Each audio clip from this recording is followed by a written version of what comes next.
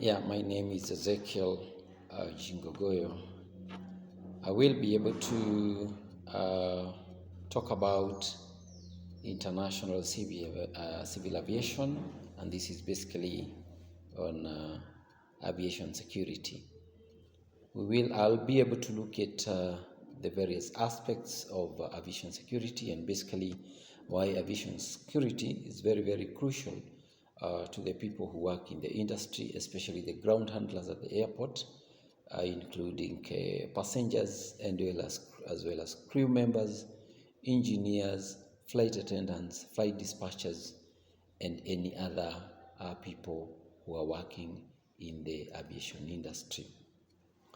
So this course is structured in two parts. Basically, we have the nature of the threats, how to identify and appreciate the types of threats that do exist in the aviation industry, because aviation industry is a highly threatened industry in as far as attack from terrorists, hijackers, and other forms of criminals are concerned. So we shall be able to look at the nature of the threat as part one, and then part two we'll also be able to discuss about the industry countermeasures.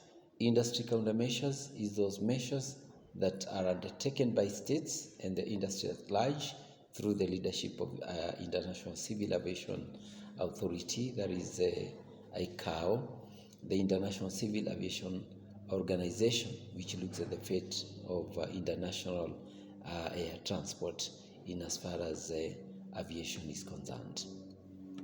So we have basic objectives for this course. We will be able to look at the threats to civil aviation as objective number one. Describe threats to civil aviation. Number two, we'll also be able to list methods of attack which are used against civil aviation industry. There are various ways through which the civil aviation industry is attacked, so we'll look at the methods that are used by perpetrators to attack the industry. Another objective is that we shall be able to list types of people who present a threat to civil aviation. Because civil aviation has a lot of threats, so we'll be able to we'll be able to identify the types of people or the types of the caliber of people who present a civil aviation threat.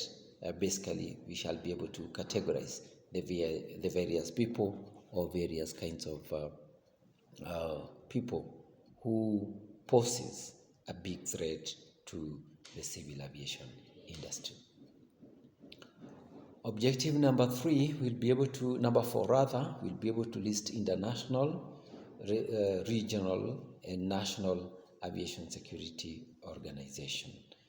Ideally, the International Civil Aviation Organization is the ICAO, which is basically the one that looks at the fate of the international civil aviation globally in as far as aviation threats and aviation issues are concerned. We will be looking at how to understand the key responsibilities of states' appropriate authority. Every country, every state that subscribes to International Civil Aviation Authority and which runs or which operates international civil aviation activities like air transport. International air transport has international airports, has key responsibilities in ensuring that they undertake all measures that are necessary, including any other important measures to ensure that civil aviation is actually safe. We will also understand the concept of industry countermeasures, a very crucial concern. The industry has various measures, countries have various measures to undertake to ensure that civil aviation is operated in a safe and a very secure environment. So it is important that we understand the concept of industry countermeasures is very, very crucial, is very, very important. Now, we will begin with giving a definition of aviation security in the standard or in the perspective of International Civil Aviation Organization, that is ICAO, that a combination of measures and human as well as material resources intended to safeguard international civil aviation against unlawful acts of interference. So that is basically what it means by aviation security. It is a combination of measures, various measures, both human measures, material measures, and any other technical measures, which are usually intended to safeguard international civil aviation from unlawful interference or against unlawful interference. And these unlawful interference includes sabotage of airport, sabotage of aircraft, terrorists, criminals, and any other thing that would be used to sabotage the safe and the normal operation of civil aviation. So that is basically what it means by aviation security. So the importance of this course is that learners as well as users or people who are working in the ground or at the ground in airports, airstrips, and any other aviation related industry or platform will be aware of the importance of being keen in as far as aviation security is concerned. So to ensure they are aware of such perpetrators like terrorists, like criminals who may want to maim or may wish to sabotage the operations of an airline, the operations of an airport, or operations of the day-to-day activities at an airport. But however, it is important that we identify the primary objective, because primary objective is very, very important. Primary objective of aviation industry. It is to assure the protection of safety of passengers, safety of crew, safety of ground personnel, the general public, the aircraft, and facilities of an airport, which is serving civil aviation against acts of unlawful interference which are perpetrated on the ground or in flight. So that is the primary objective of aviation security. Basically, is to assure and guarantee the protection and safety of passengers, safety of crew members, safety of ground workers or ground personnel, and the general public, all the people who are working within an airport, to ensure that they are safe, including the safety of the equipments like the aircraft itself, the installation, the air traffic control systems, to ensure they are not tampered with, to ensure they are safe and they are actually operational without being interfered with by the so-called perpetrators who are apt to ensuring that aviation is interfered with and that they cause a lot of threats and a lot of worry and panic within the aviation industry. Such perpetrators might interfere with the operation of an aircraft or an airport system while at the airport or in navigation, that is in flight or when still on the ground. So it is important to take care and to be keen on these particular kind of people or forms of sabotages. So let's look at aviation security principles or principles of aviation security. Principle number one, civil aviation shall operate from a safe and a secure environment. Very, very basic.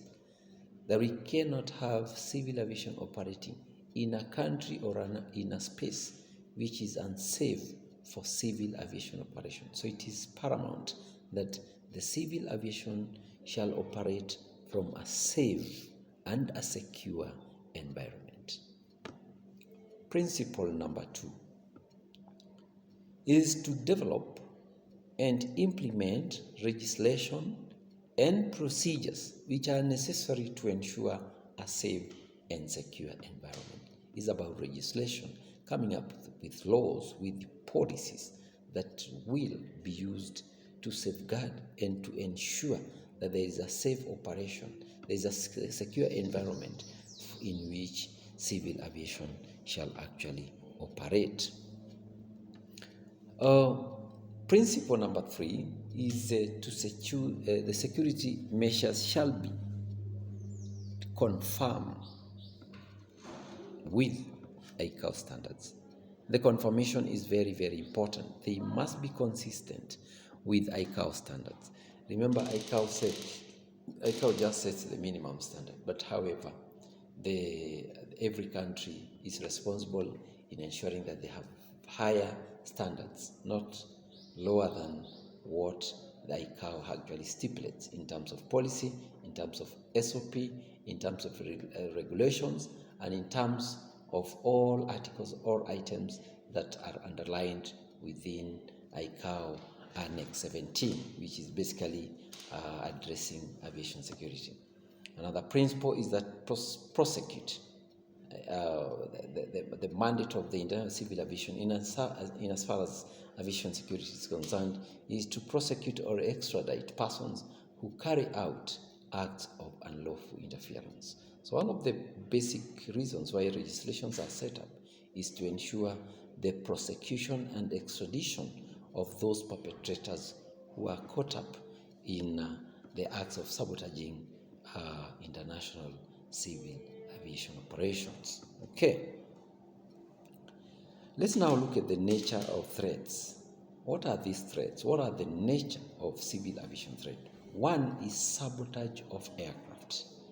Anything that is done in such a way that it affects the normal operation of an aircraft, like removing a part of an aircraft, spilling, for example, oil or fluid in the transit area or probably in the runway, whatever it is, anything that will render the aircraft unoperational or unsafe to operate is actually what we are referring to as sabotage of an aircraft. Another form of threat is sabotage of an airport. Now, sabotage of an airport includes, of course, the labor actions like strikes,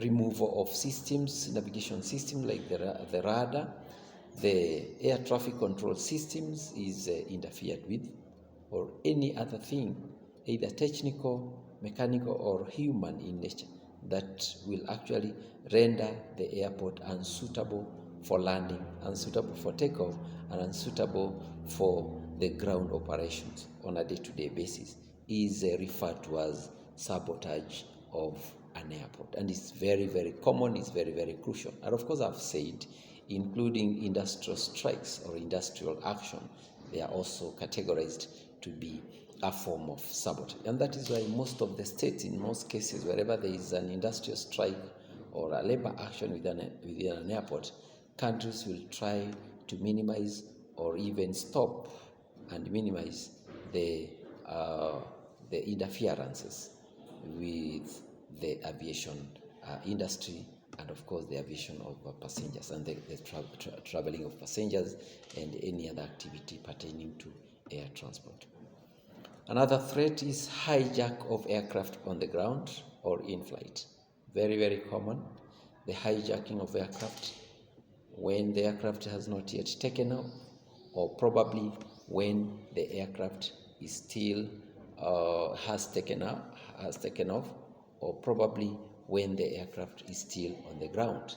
These are also very, very common ways through which sabotage is done, or rather hijacking is actually presented, which is very, very common. So hijacking of aircraft on the ground or in flight is another nature, or is a different nature of threat, as I've just articulated. Armed attack on or off the airport facilities is another kind of threat. Armed attack, where criminals, robbers, thieves, or any other types of perpetrators attacks an aircraft with the heavy arms, or when they are heavily armed with the guns, with the missiles, or probably with machine guns, with machetes, or any other crude or dangerous weapon. So that kind of threat is also known as threat by armed attack on airport premises or off the airport premises. Now, I think having said that, it is also important to basically know who are these offenders, the types of offenders, because the aviation industry has now the specific offenders. One of the type of offenders in aviation industry is mentally challenged persons. Mentally challenged persons may pose a significant threat to aviation industry, especially in a situation where they threaten the safety and the peace and the comfort of the people who are working on the ground, or probably people who are also traveling by air. Such mentally challenged persons would mostly wake up, for example, if it is on a border flight, they wake up from their seats, they threaten to kill, they shout, they abuse other passengers, and probably after that they may sit down, and then from there is a lot of tension within the airport, within the aircraft, or within the airport, wherever there is such a threat which is being perpetrated by a mentally challenged persons. Another type of offender is person seeking revenge. In the industry, we usually call them disgruntled ex-employees. Disgruntled ex-employees are people, for example, or former employees who, for instance, may have been fired from their job, and occasionally will usually seek to revenge or have to retaliate, mostly by hitting back on the organization, hitting back on the facilities, hitting back by actually carrying out a revenge, a very well organized revenge, which may occur in the form of a threat, may occur in the form of a threat to the civil aviation industry. For instance, an employee who was working with an airline, for example, and was fired, and then there was no proper reason established to them, and probably they were not compensated in any way. They would usually come in as passengers. They bought the aircraft as passengers, and along the way, they would now execute their intentions. If they wanted to bomb, if they wanted to hit, they wanted to shoot the aircraft, or even to embarrass the passengers or other crew, and that is when they would have to do that according to what their plans are. They are known as disgruntled ex-employees, or those employees, former employees, who are never happy with the employer in the aviation industry, or are never satisfied with the status or the background through which, for example, they might have been fired, or they might have been stopped from the job, or probably they might have been retrenched from the job in an airline, in an airport, or within a certain agency or a certain organization which is related to civil aviation. Another offender is a terrorist. And terrorists, remember, they can be either individual terrorists or a very highly organized, well-organized, highly organized groups of terrorists. We have had so many groups of terrorists around the world who formerly have really hit the globe in most cases, and then these kind of terrorists, who are actually very key offenders to the aviation industry, are indeed a key threat, and therefore all measures will usually be undertaken to ensure that they are minimized, they are actually curbed, or they are controlled in a way by most states and other stakeholders. Another type of offender is criminals. Criminals may also be individual criminal, or it could be an organized group of criminals who usually commits crime against civil aviation, causing damages, causing injuries, and even deaths to very big extent. So this group or these kind of offenders, the criminals who are individual or groups, may also or usually poses a big threat to the aviation industry. Now let's look at reasons why aviation industry is attacked. What are the reasons for attack? About terrorists attacking an airline, for example, attacking an airport, attacking an embassy or a country's consular, an airport but attacking an installation system related to aviation like the control tower, the radar, the navigation system, or even the landing mechanism, the transit area, the runways. Why do they interfere with the system? So in that case, we will be looking at reasons for attack.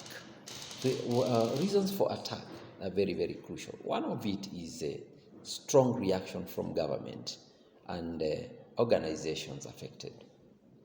Most of the perpetrators, let's say for example terrorists and criminals, they are usually targeted by governments and many states. They want to control them, they want to criminalize them, they want to capture them, they want to interdict them, and in most cases, after they get hold of them, they imprison them, and of course with heavy fines. So the perpetrators already know that the government are their enemies, and therefore they seek to react against government position on them. And therefore that is one reason for attacking. They attack governments, especially terrorists. They attack governments, authority and states for purpose of ensuring that they remain strong, they remain popular, and they also want to create big impacts globally, that they still exist and they are ready to continue fighting for the release of their counterparts or probably colleagues who are already in prisons. Number two, very high visibility or publicity through the media for their cause. They also want to be public. They want to have a high publicity. They want to be known. They want it to be known that they still exist and that they are still fighting with governments, fighting with states, and fighting with those strong countries. So ideally, we are saying that another reason for attack is that terrorists, criminals, and other forms of perpetrators are people who want recognition or who are seeking for what we call public attention or rather publicity. Let's look at terrorists in particular. They target governments, they target the national carrier, they target airlines of various countries, and the attack is usually against countries. The attack is usually against countries rather than against an individual. They want to gain international attention and publicity. That is the core aim of terrorists. They want to gain publicity as well as international or global attention. That they still exist and they are still alive and they will still pursue their rights and whatever their cause of attack is. They may target individuals like VIP, like heads of states, and prime ministers and any other people that are popular, and those that are actually individuals who have a strong impact or a strong influence on the eradication or on the fight against terrorists. They engender fear of flying in the general public and disrupt normal life. Of course, when there is acts of terrorism, all over, they engender fear. They bring about fear to the general public, the people who are traveling for their day-to-day activity. They get the fear that they are not safe simply because of these terror attacks. They want also to obtain the release of prisoners, perhaps from their own group. They agitate for the release of their colleagues from prisons. If, for example, various states or various governments have attacked and captured their colleagues and their groups who may be in prison, so they agitate for their release. by hitting, by fighting, and by committing these atrocities. They operate in small and complex network, and they are usually well organized to some extent.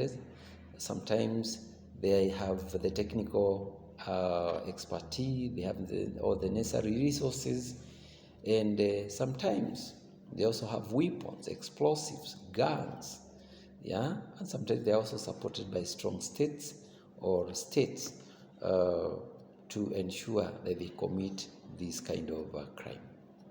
And they actually do this on political grounds. So mostly terrorists perform their perpetration, or they perform these acts because they are highly politically motivated.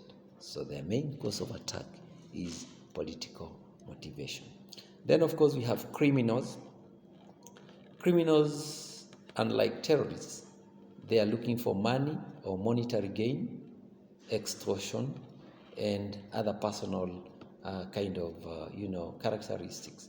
They are difficult to classify, and sometimes also criminals are very difficult to predict. So therefore, criminals are very common for them. They are looking for extortion. They're looking to extort people, to extort passenger. Sometimes they ask for ransom money. So such kind of people are not normal terrorists, but these are criminals who are looking for financial gains and personal recognition or any other personal aims. Their aim is not political as such. So then we look at, we have just looked at the various characteristics of attack or characteristics of terrorists and criminals. So I think we need also to look at the industry countermeasures, because you say the industry, that is the aviation industry, has to have a way in which they are able to curb, they are able to control, minimize, or handle, or rather deal with these kind of crimes. One, there is what we call legislative. In fact, industry countermeasures are classified or are categorized into three. One is legislative measures, two, technical measures, and three, physical measures. So it is important that you classify these, you understand this classification: the legislation measures, technical measures, and physical measures.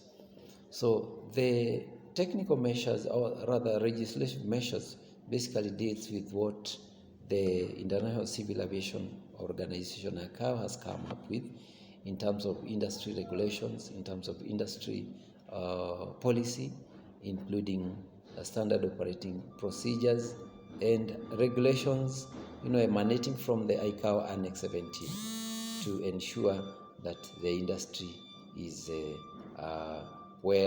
it has a good legislation, laws and regulation to control or to be able to guide the operation of civil aviation industry.